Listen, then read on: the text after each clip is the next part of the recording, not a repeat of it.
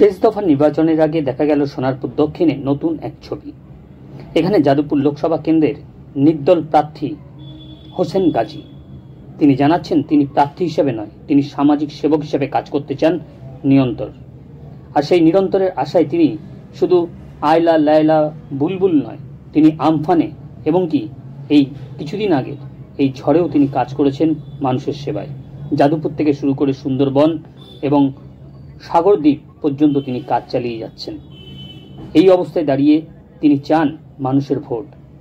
প্রত্যেকেই যাদবপুর লোকসভা কেন্দ্রে প্রত্যেক প্রার্থী যারা যারা এমপি হয়েছেন তারা কিন্তু মানুষের কথা চিন্তা করেননি। সে কারণেই তার ইচ্ছা মানুষের কথা চিন্তা করে একবার মানুষের সমর্থন পেয়ে যদি জেতেন তাহলে কিন্তু তিনি মানুষের কথা তুলে ধরবেন লোকসভায় এবং মানুষের চাহিদা থেকে বড় কথা জীবিকা নির্বাহের প্রভাবটাও তিনি দেখবেন যে প্রত্যেক বছর কত সংখ্যক যুবক যুবতীদের চাকরি খুঁজে বের করা যায়। দেখতে থাকুন তার প্রচারের শেষাংশ, একদম শেষ দিনে শেষ পর্বের আমরা দেখাচ্ছি সমাচার টিভি পদ্মার বাংলায়। দেখতে থাকুন সমাচার টিভি, মুখোশের আড়াল থেকে সত্য পথে। প্রচারের শেষ মুহূর্ত বলতে আর মাত্র কয়েক ঘন্টা বাকি, শেষ মুহূর্তে কতটুকু বুঝলেন?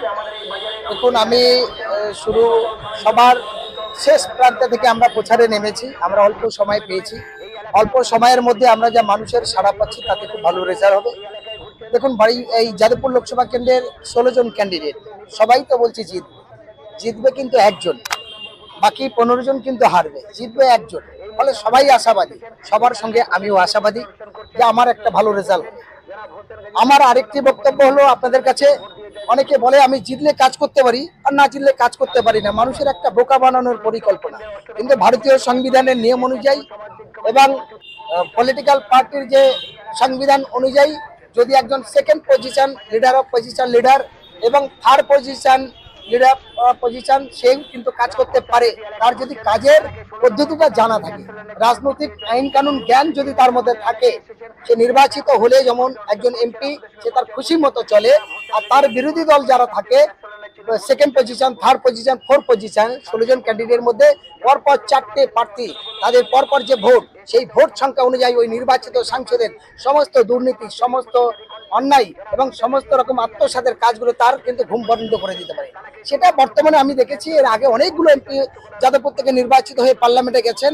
আমি খুব দায়িত্ব নিয়ে বলছি, সোনারপুর, উত্তর দক্ষিণ, বারুইপুর, পূর্ব পশ্চিম, ভাঙড় এবং জয়নগরের 6টা অঞ্চল, একটাও জায়গা বলতে পারবে না, ইভেন যাদবপুর এবং টালিগঞ্জের একটা ভোটার বলতে পারবে না যে আমাদের জন্য ওই এমপি কোনোদিন পার্লামেন্টে গিয়ে আমাদের বিষয়টা বলেছে। কোনো বিডিও এসডিও কখনো গিয়ে আমাদের সমস্যার কথাটা বলেছে? যাদবপুর লোকসভার কেন্দ্রের মধ্যে প্রচুর অসহায় মানুষ আছে, যেমন বেকার সমস্যা হাহাকার বাড়ছে।